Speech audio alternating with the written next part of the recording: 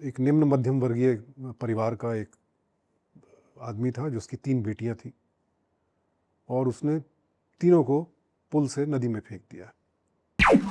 अच्छा सर, एक चीज़ ये बताइए कि सावधान इंडिया करते वक़्त जिस तरह के केसेज़ आप मतलब कि देख रहे थे या जिस तरह की घटनाओं का आप ज़िक्र कर रहे थे स्क्रीन पे, क्या ये सब घटनाएँ आपके मेंटल हेल्थ पे कुछ प्रभाव डाल रही थी या कभी आपको लगता था कि मैं किस समाज का हिस्सा हूँ और वहीं पे वो बीज पड़ा जो फिर आप बाद में फिर अपनी आवाज़ को मुखर करने लगे?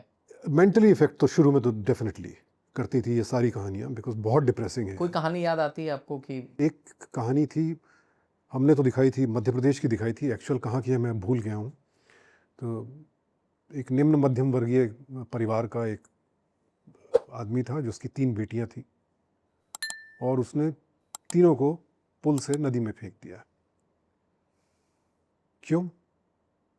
उसके ऊपर कुछ 5-10 हज़ार रुपए का कर्जा था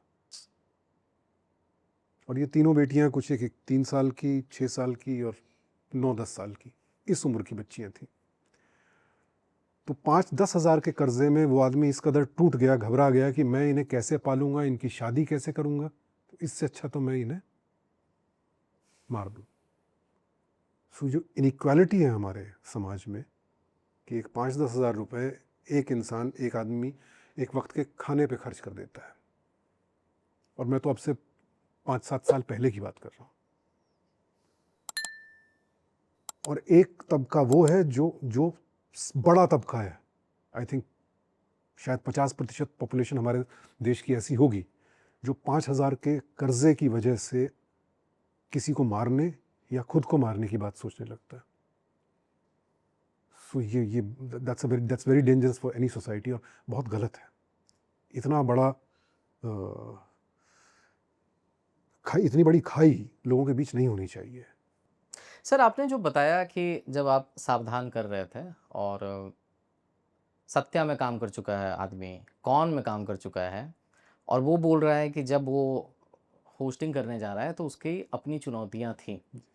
जब आप सावधान इंडिया कर रहे थे तो एक दूसरे चैनल पे एक दूसरा शो भी आता था क्राइम पेट्रोल के जी नाम जी से, जी। अनूप सोनी भाई यस उसमें किया करते यस। थे। कभी बैक ऑफ द माइंड में या कहीं से आपको ये आई कि एक कंपैरिज़न वाली बात होती है दोनों शो के के बारे में या दोनों होस्ट में? कंपैरिजन तो थ्रू आउट चलता रहा।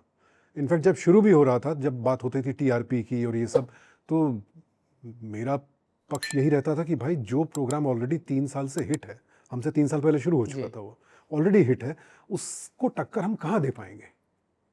तो वो कोशिश भी क्यों कर रहे हैं हम अपनी एक पहचान बनाते हैं। वो जिस तरह शूट होता है या वहाँ अनूप सोनी जिस तरह बोलता है, उसे कॉपी करने की हम कोशिश भी ना करें, अपना ही कुछ करें। ये तो डेफिनेटली बात होती थी, बट क्राइम पेट्रोल के सामने अपनी एक आइडेंटिटी बना लेगा ये प्रोग्राम, नहीं सोचा था भाई, हुँ। बट वो हो गया। Thank you for watching this full clip और मैं आपसे वादा करता हूँ कि इसका फुल पॉडकास्ट भी देख के आपको काफ़ी मज़ा आने वाला है। Link in the description.